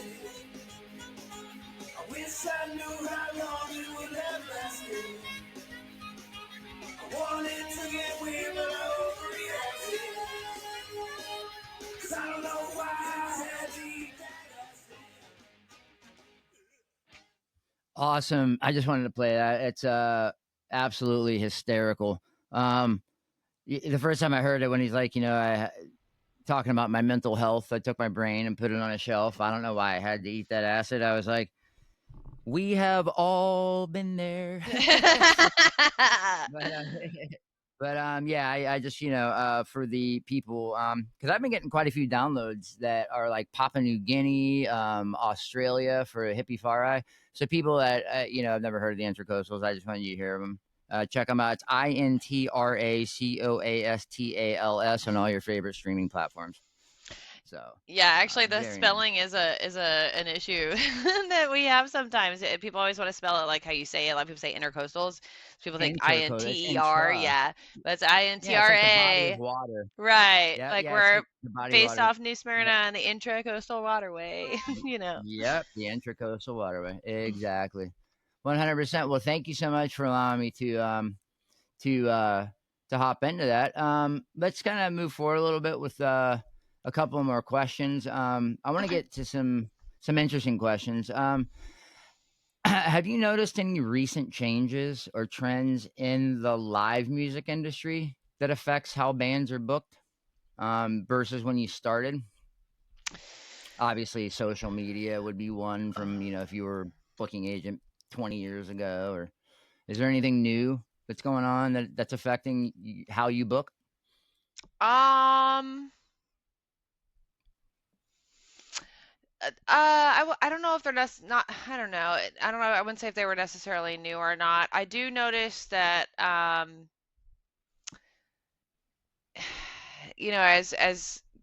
the economy and stuff kind of goes up and down, the smaller venues can't always like afford to have like, the first thing to get cut at like a venue is going to be entertainment, right? So Right. sometimes those smaller places, like can't afford to. So then, they kind of the bands that played there kind of have to like spread out. And I do know that there was some kind of licensing thing that okay, so I do more than just Florida. So I've got kind of people all over. Uh, Right.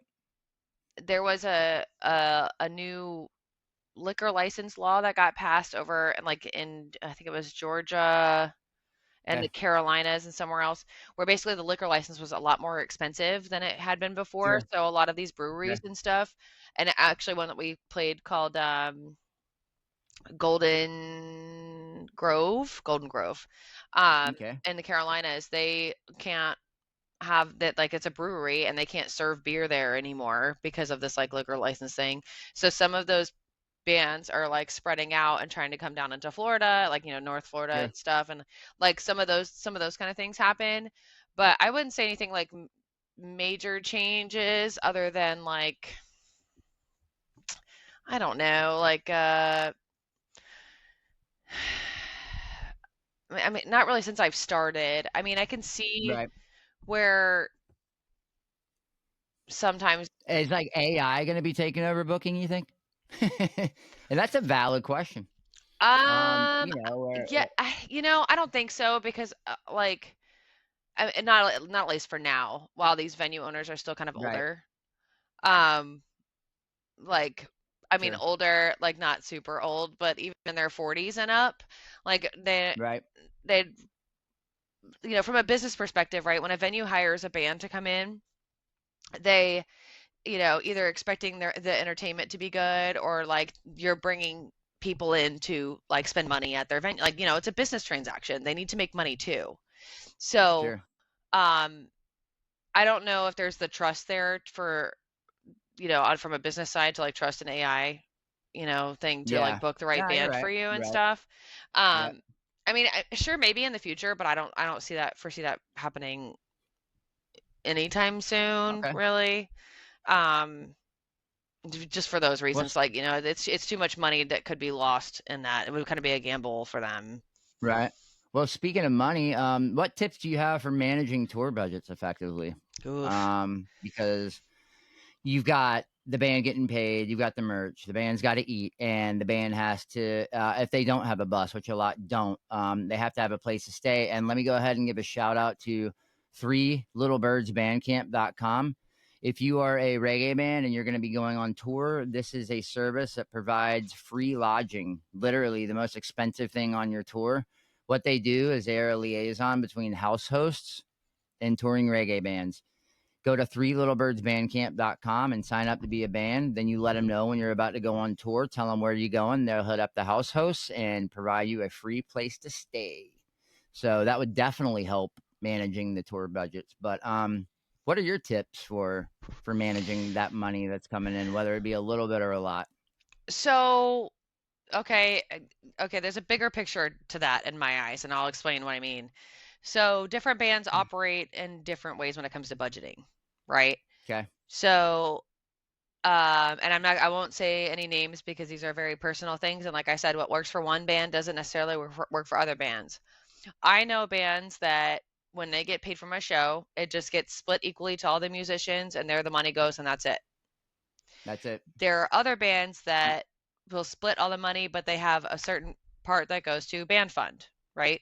Merch too. Yep, merch, Yep. whatever Mhm. thing needs to be Yep. bought.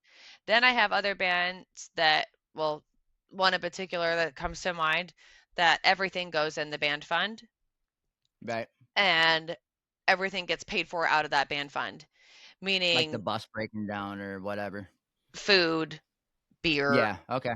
equipment, Sure. whatever. Mhm. But Okay. nobody comes out of pocket for anything ever. It That's just comes great. out of, I like that. That's nice. right. Or pay for studio time, recordings, and all those things. So Okay. when it comes to the touring thing, when you talk about budgeting and stuff, it really comes down to how you work on the daily to how you would transition that into the touring too, because Okay. Sure. it would matter. I would suggest to bands, maybe if you take the money and you split it, and it goes to the musicians, maybe keeping the merch money in a fund Right. for it building up into the tour, so you have a slush fund to cut into to help with travel expenses and Yeah. this and that. That way nobody has to come out of their own pocket for things like that. Maybe you could do something like that, or I obviously do like the band fund though.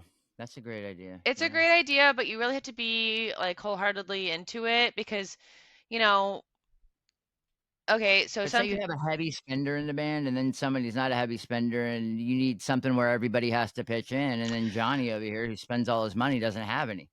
Then the Well, rest of the band's constantly covering what Johnny's not. see, that's what I'm saying. I don't think it would work for everybody.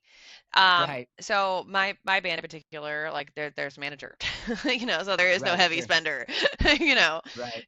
there is what do you call it? Like we have processes on how we decide where our money goes. Yes. Um, Great. Nobody just gets to spend money just to spend money. Right. It's like there's Right. a band card and that's it. So Right. it's not just getting spent on somebody No. getting their nails done or something. Yeah. Well, that's kind of what I meant. Like, if you split up all the money between the band members, like from the gigs, and I got my money, and I, just spent it all in my own personal life. But then the Well, band right. needed something, I wouldn't have any to put back in. Right. Right. So that's what I'm saying. So it kind Right. of depends on leading up into the tour, how your money goes way before the touring anyway. So Okay. to give it advice on how to make it work while you're touring is really has Right. to go back even further than that. Like how did you operate with your money leading up into that tour? Okay. Because, that makes a difference, right? So Sure. if like the intercoastals, for instance, like I said, we've gone all the way up to Virginia Beach and stuff. Like that band fund had plenty of money in there, so nobody Sure. had to come out of pocket for anything. Like Right. That's meals are awesome. paid for, showers are paid for, or whatever. Three Right. Little Birds is a great thing to do. It saves money. Yes. The Intercoastal's bus is obviously a beat up bus. We call her Olga. She's not the most beautifulest, but we love her. But driving That's in okay. one vehicle though makes a big difference, especially a band of that size. Like the Yep. more they grow. So, Yep. um, and all the equipment fits in the bus. I mean, everything fits. So we Right. only have to drive. We only have to have um, um, one bus. So I mean, Right. it does matter. There are things that you have to do. Just make sure you plan up until before you go far out of town, like what it is that you want to do, how far you want to go, and I make sure you have a decent amount of money set aside. And actually, I have a pretty good example of something that could happen. Um, we had a show at Beachside Tavern. It was Cloud Nine Vibes, Vibes Farm in the Intercoastals at Beachside, Yeah, I and played that show. so Tyler got a flat Yeah. tire on the way home Yes. in the middle of the night. That's something you have to Yep. like have some sort of Account slush for. fund for. What if that happens to Yes. you, when you're in New Mexico driving somewhere? You know what I mean? Like Yes. you should have a substantial amount already waiting for an emergency, really, if you're going to go Of to course. serious touring. Like, I mean, out of state stuff, because anything can happen, Yeah. not that you Especially want if it the to, vehicle it doesn't just, go over. you don't want to be stuck on, far away and then have no way to get out, Yes. Right. Yes. Life happens. hmm So What are some mistakes that you've seen bands make when trying to book their own shows? Ooh. Not using somebody like you, um, you know, No, I've and seen I'm it sure even there's with me more too. than I've got some right? good examples. Okay, great. Um, Let's hear the good ones. well, you said a mistake though, like mistakes that they Yeah, make. yep. Um, When trying to book their own shows, yep, expecting too much money is a big one. sure. Mhm. It's a big one. Um, and I mean this in the most respectful of all respectful ways. But a band's like, oh, I get this much money other places. I'm at this and that. I'm like, you have to remember that the venue is also a business, and Yeah, they need to make their money off having entertainment. They're not just like paying for a band out of their kindness of their heart.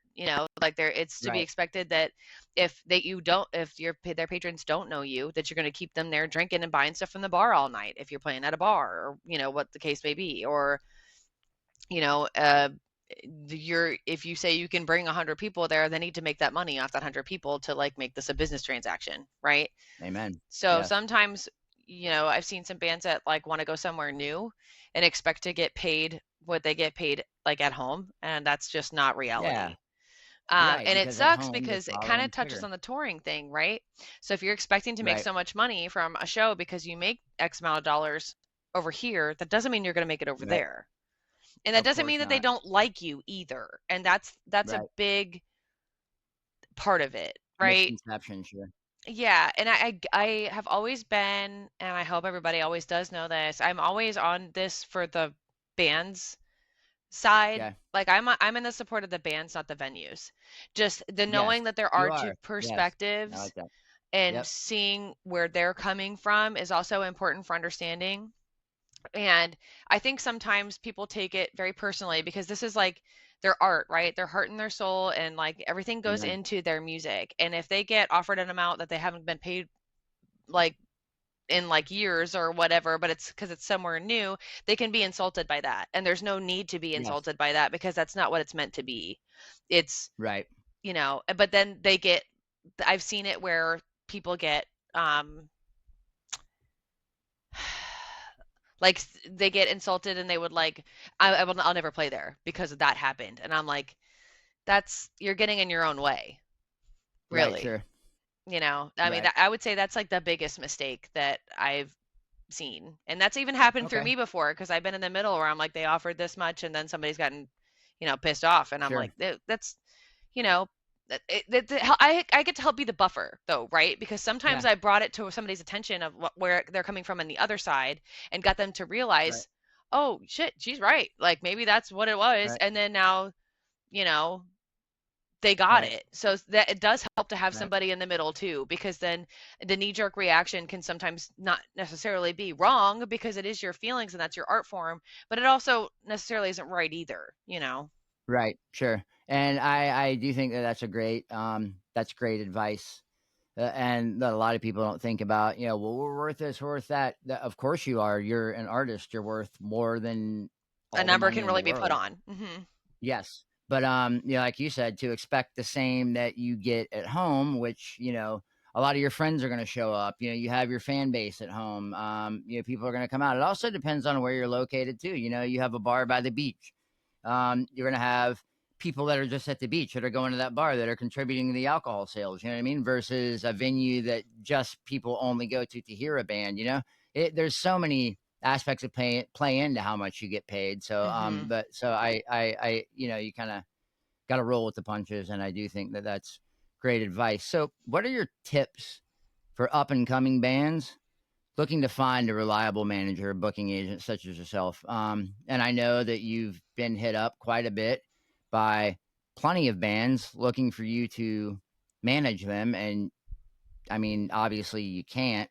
You Mhm. can't manage 100 bands and have a full-time job and be a full-time mom and be a full-time girlfriend. Like, that's a lot. But there's definitely bands that I was in the rave scene for a very long time. I had a record label. I did a little bit of artist management, and I had an artist ask me one time, "Well, how do you know when you need a manager?" My answer: everybody needs a manager. You do. When you walk into any business, do you see a business running without a manager? No. So I think everybody needs a manager. Now, where would you find a reliable manager or booking agent without spending every dime you make See, to it's give so to them? funny because I'm going to say the exact opposite of what you said. Okay. I am going to say you should do it for as long as you possibly can on your own. Really? Yep. Well, no. Well, yeah, yeah. I mean, I guess I'm saying when you get to a certain point, but I mean, I do. You know, it's always good to have somebody to bounce ideas off of Mhm. and to get you things. When I was managing it, I did what they didn't want to do. You focus on the music. I'll take care of everything else. That's You pretty know what much I what mean? I do. Yeah, but Yes, that's what I'm saying. the problem is um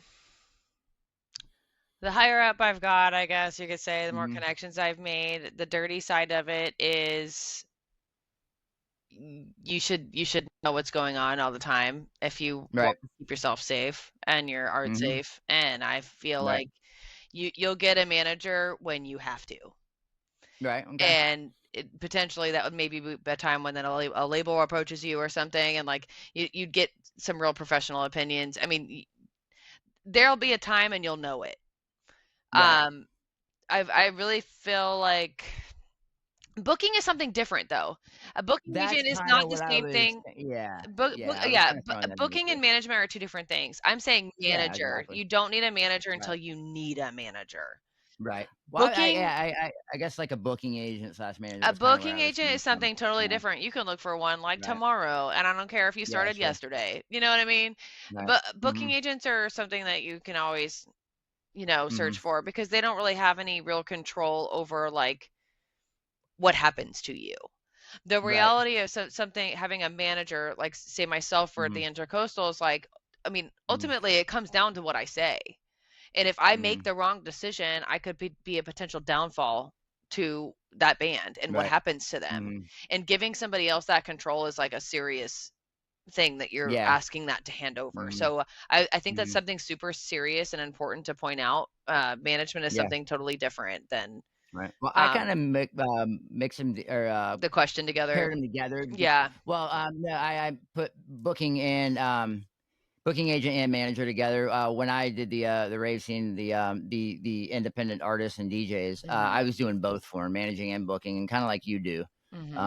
the managing and booking. So when I was saying I think everybody needs a manager, yeah, Yeah. a lot of it definitely somebody needs to handle your booking for you because that's definitely difficult. But booking is something I would actually encourage for anybody to really go out and look for almost Okay. immediately because that really helps take a lot of the like okay, so it does seem like the I hate to say this, I point out negative things, but it's how to avoid some negative things, right? Sure. So it's sometimes a lot of times what I see in bands is that like one Uh-huh. person does a lot of the work, right? Right. Hmm. And that person can get inundated with not only having to do all the work of like looking for shows and all of this, and they also have to Right. write music and like, make sure practices are happening and like going to the shows and this and that, and also probably working a regular job, you know? Yeah. Right. So the booking thing is something that is so nice to get off your plate that is Yes. so time Absolutely. consuming that, and then a Uh-huh. lot of times that's not something that you have to like pay up front for. They take a percentage, right? Yes. Absolutely. Yep. So I feel like, get a booking agent like as soon as you possibly could, really. Um, Well, how would you but find one? see, I don't even that's the thing is Are there there's any really tips? not Are a there any whole lot of websites? options, you know? Yeah, exactly. Become Um, one yourself, maybe.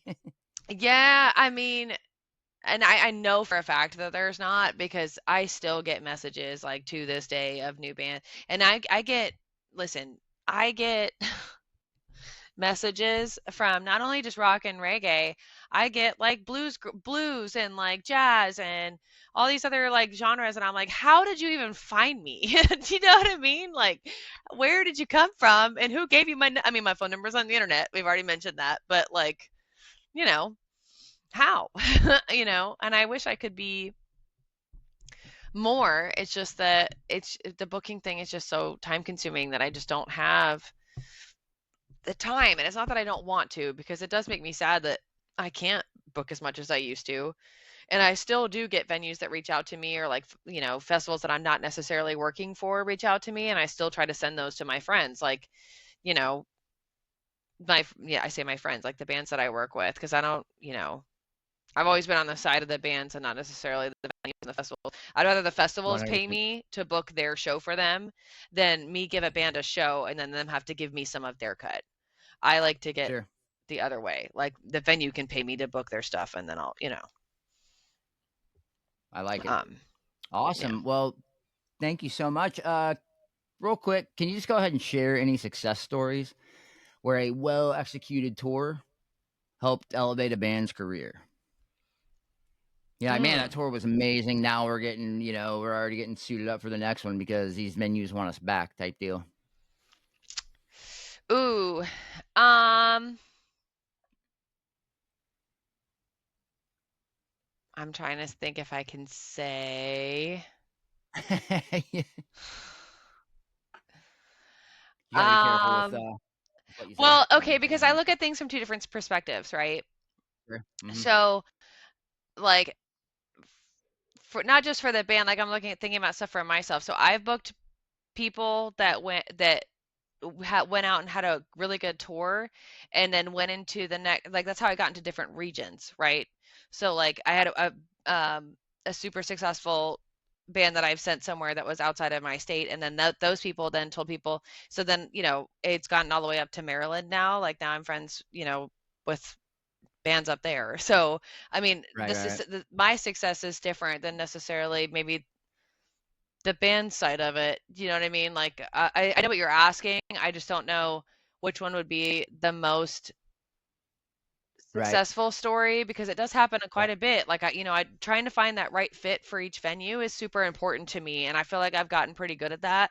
So it does Sure. seem like I do get a lot of people like, "Oh my gosh, thank you so much for sending me there," or the venue contacting me afterwards saying, "We really loved them. That was the best. Like, thank you so much." And like, I have new places that like I hadn't even been to yet, because actually, this because I've sent you to some places before I'd even been there before. Like, give me the Yes. vibe. Like, what's it like? But there's a reason behind some of the stuff that I ask for, because I want to The know. place with the best name in the world. What was it? The Drunken The Mullet, I believe Drunken it was. Mullet. Shout out to the Drunken Mullet. I love that Yeah, place. that's a I great love name, that man. place.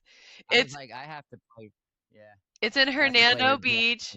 Yeah. Uh-huh. Love it. We love that place. It's so silly. We played there the hottest day of the year and the coldest day of the year this last year. We were there like in, I think it was August. It was Give it so up for the hot. mullet. It it was so hot that I had to Uber Eats a fan for the stage, an extra fan, because the guys were sweating so much.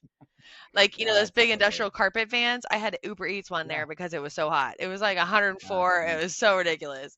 And then we played there like January, and it was like Right. 37 degrees or something. I was like, Yeah. "What?" Yeah. Exactly. Everybody was like, Yeah. "What is happening? You guys come on the hottest day and the coldest day." Um, Yeah. No kidding. we're playing there 420 actually. Mayday!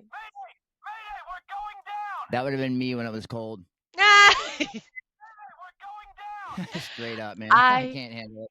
I hate the cold. I walk around in blankets, wrapped up in blankets. I don't care if I look like I'm going to bed. I hate the cold so much. I live in Florida for a reason. I am a Florida Amen girl. to that. Yeah, Yes, 100%. I'm a Florida boy. I Amen. can deal Yes, with the I heat enjoy all it. day, all day. I do not like the cold. Um, Yep, 100%. yeah, we're playing Um, the Drunken Mullet on 420, so I'm excited. Shout out if you guys want to come see the Intercoastals. We'll be there 420 for Easter. that's awesome. Fantastic, man. Yeah. Yes, I might have to cruise over for that one. It sounds like a good show. Um, Speaking of 420, isn't there another one across state or kind of mid-state that's going on? There's a 420 festival at JD JD Birds. Birds. Am I Yeah, correct? I think Yes. that's a 3-dayer though. I think it's gonna be the 18th, 19th, and Yes. 20th, and I think the Intercoastals are playing Yep. at the 18th. I believe you're correct. Oh my gosh. You want to know something? I have something funny just happened. I have some people What's stored in up? my phone as like, I don't want to say who it is, but like the band name, and because I forgot this the person's name. So Right. I just have them stored as like band name. And I'm like, Yeah, right. oh my goodness. And I hope nobody takes offense to any of that. It's just I meet so many people all the time that, or I come up with funny nicknames for people. Like, Right. I don't know if I'm allowed Yeah. to Well, say it. So, okay, you so can say whatever you want. well, no, I don't. It's because it was an inside joke that somebody from one band told me about another band. It's joint Right. operation, right? So Oh, I love Joint Operation. They're so good. yeah, so I have him stored in my phone. Don't get mad at me. Have him stored in my phone as Pickle because I guess Byron from Indigo Eye calls him that. Sorry. Good old Pickle. Yeah. He called me the other day and I was like, "What's up, Pickle?" And he was like, "What? That's Who told funny. you that?" Um, That's hilarious. Well, let me go ahead and ask you this one. I'm definitely okay. interested in it. As we kind of get closer to wrapping it up, what's the most memorable gig or tour you've ever been a part of, and why? I know there's one gig that definitely stands out. Which one are you gonna say? Oh no. Well, no. What? I don't know. No, I was just saying. I know for you, there's definitely got to be one that stands out. Red Hot and Boom last year. Okay, in Orlando. It's in Altamont. It's at Crane's Yeah. Roost. Yep. I had been going there since I was, a kid. I'd seen like Toby Keith and stuff at it, and it was cool to Yep. have like the Intracoastals played it last year. It's on a floating stage. It was super cool. We get to take like a boat to it. It was dope. Ah, Um, very nice. yeah, it was super cool. But it wasn't even really necessarily for the show itself. That show, me getting them in there, not only helped the Intracoastals, but it really has gotten me to with the connections that I have now, through that show. Like the people I've met ultimately because Absolutely. of that That- show has That's put on by iHeart, correct? iHeart dropped out of it now. They're not going to be involved Okay. anymore. So Oddly enough, the I think iHeart's my going ex. bankrupt. Oh, really? Yeah. Huh. My ex was an on-air personality for Real Radio 104.1. Oh, Her name really? was Blogging Molly. Yeah, that's my ex. Anyway, her Oh friend no. is the one. Yeah, her friend is the one who started Red Hot and Boom. I don't know, 20 years ago, something like that. I think it was Y- around there, maybe a Oh, little it's bit it's longer than 30. that. It's got to be close to 30 30. years ago Yeah. then. Yeah, yep. Yep. But yeah, that was her brainchild, her idea, and look at that. Can you That's believe that? crazy. I Amazing. mean, Yep.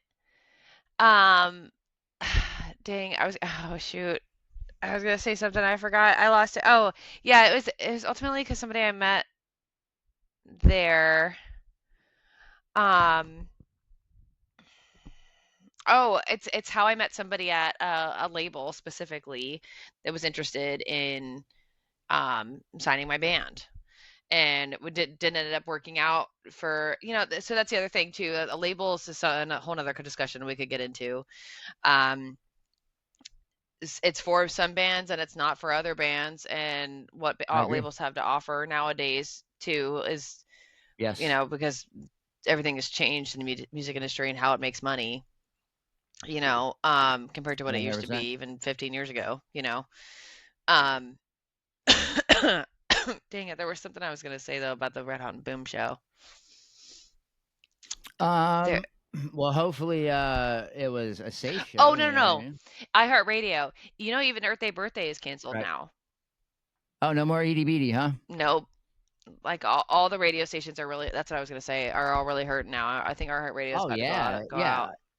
yeah. My sister's executive sales manager for all of pretty much the radio stations in Orlando with the Clear Channel, and yeah, radio is it's in trouble. That's why all of the on-air personalities are all making their own podcasts now. It's a Mm. required part of their job. They have to Yep.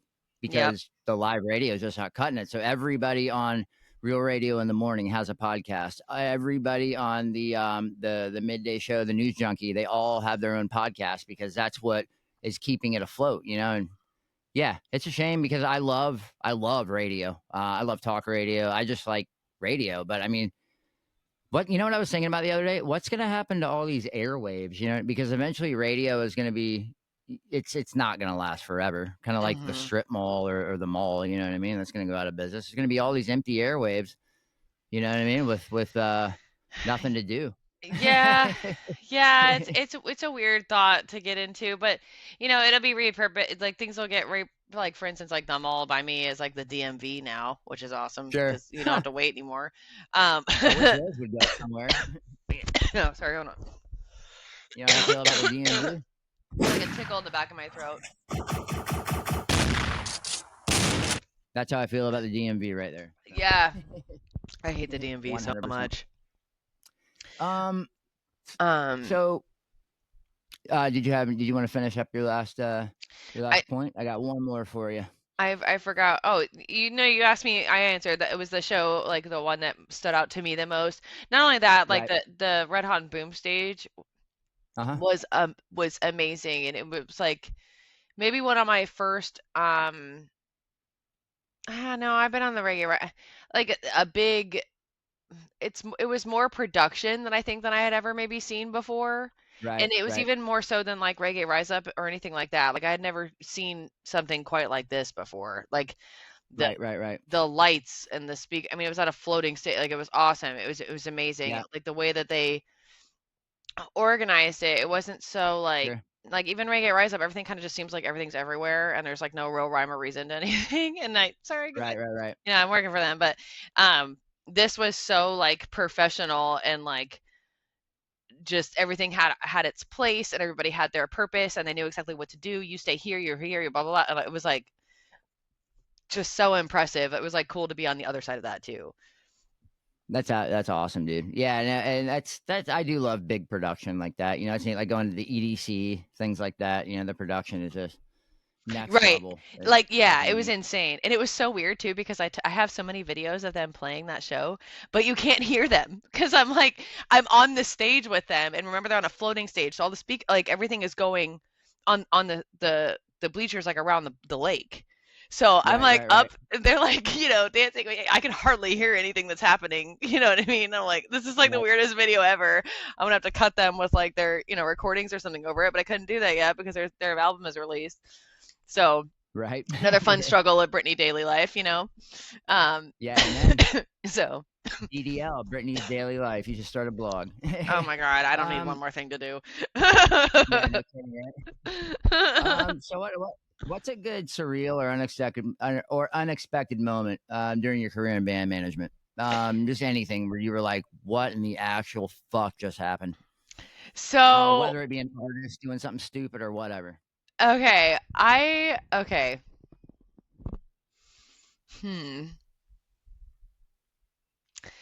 I have something I want to say, but I can't say because it was too big of a name. But I have another one that okay.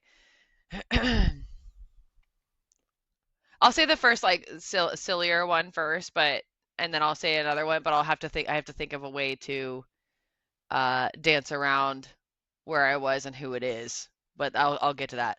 Okay, so back when I was in high school, I was a little rocker kid, right? And I used to like sneak out of my house to go see supervillain shows. This is gonna sound so silly. No, that's absolutely hilarious. Yeah, I mean, I was Me like and my wife had a lot in common not when it comes even to that. driving yet and like sneaking out to go to see the supervillains or whatever. And now like Dom's my friend, which is really weird. You know what I mean? Like, Right. like that was kind of like even though he's like kind of local to us, so like everybody knows him, it's like not a big deal. It's still kind of like if like 16-year-old me still would freak out though if he were to like have called me, like he calls me and we like talk and stuff like we're friends. So it's weird like to think how sometimes that stuff can come full circle, you know what I mean, in such a Sure. strange way. 100%, yeah. Okay, so now I have to think about how I'm going to dance around this. So I cannot say names. So there was a time where I was Little music while you were waiting. okay. So my best friend, his name is Tony. We like kind of do everything together. I take him with me, especially when my boyfriend can't come with me to do things or whatever. And I took him Cool. with me to do something one time, do an event. Especially because my boyfriend feels better not me having a man with me too. So because the reality is I'm working in music and I'm a girl and I probably shouldn't be by myself and around a bunch of dudes that I don't know. You know what I mean? There's an occasional girl here and there because we got Rachel and there's Leah, for instance. But like, it's male dominated. So I always felt better. So he came with me one time to something I had some event that I was working or was Right. invited to or whatever. I'm not gonna necessarily say I was working it because I technically was not working for the event. And he was like, by the end of the night, he was getting hit on by somebody that was in a sort of well-known band, and I didn't even know that the person that was their Right. sexual orientation. You know what I'm saying? So it was funny because he was like, you always bring me to like these things so you like don't get hit on or like nobody hits on you, and like here I am like getting hit on by like somebody that I would not have expected. You know what I mean? Like that's probably one of my crazier kind of unexpected things that Right. have happened. I wish it doesn't really sound as crazy as it is if you like would really know what happened because it was a pretty insane Right. circumstance to be in, and like we have to kind of keep it to ourselves. Yeah, So that's fine. We can let our imaginations kind of. yeah. And don't try to come at me asking because I can't tell anybody. I won't. My lips are sealed because it's not nice to out people if they don't want to be or whatever. I'm not about that life. So Yeah, 100%. Well, and that's why we love you, because we know you got everybody best intentions in mind. So well, I got all the secrets. 100%. Well, I certainly do want to thank you so much for being on the show. This was so much fun. Yeah, this was an absolute blast. I absolutely I love talking to you. I knew it was going to be incredible. It was just going to be like we normally shoot the shit on every other day. So yeah, I've still got more to talk to. We can come back later and tell you guys how Reggae Rise Up was or whatever. We're definitely doing another podcast. 100%. Yeah. Thank you so much for being on. Thank you. This was so much fun. Oh yeah, absolute blast. I love doing this. Me too. So there is strength in unity. Build your community. Love I'm that. your host, Scotty the High Strung Hippie. Follow me on Facebook, Instagram, at Hippie-Fari. Follow me on TikTok at Hippie-Fari. Shoot me an email, hippiefari@yahoo.com, and get that free t-shirt. I'm also on hippiefari.podbean.com. Now, this is Scotty once again reminding you to speak your mind before somebody else does it for you. Check out my other podcast. It is Sacred Frequency Podcast. And do something nice for somebody today. Grab flowers for your partner, smoke out a stranger, slip the homeless man a buck. Whatever you do it from the heart. All good things start with the heart. Peace, love, and Rasta rhythms are all a part of that reggae revolution. One love, fam.